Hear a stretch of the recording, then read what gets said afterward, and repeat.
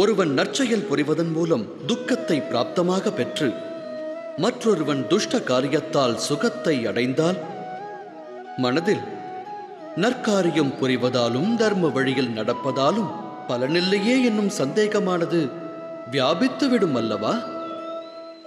ஆனால் துஷ்ட ஆத்மா எதை பிராப்தமாக பெறும் என்பதையும் அறிய வேண்டும். துன்பத்தை விளைவிக்கும் ஹிருதயம் என்றென்றும் சஞ்சலத்தில் உழலக்கூடியது. எப்போதும் இதயத்தில் போராட்டங்கள் முளைத்துக் கொண்டிருக்கும்.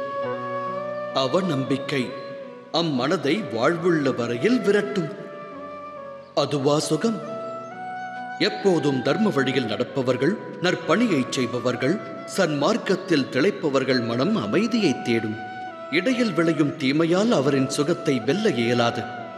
இவ்வுலகத்தில் மரியாதை, உள்ளத்தில் சந்தோஷம் என்றும் நிலைக்கும்.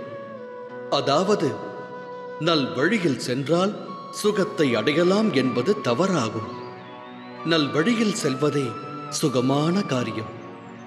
தவறான வழி ஒருவருக்கு வேதனையை அள்ளித்தருவதோடு மட்டுமல்ல, அதர்மம் அக்கணமே துக்கத்தை உற்பத்தி செய்யும்.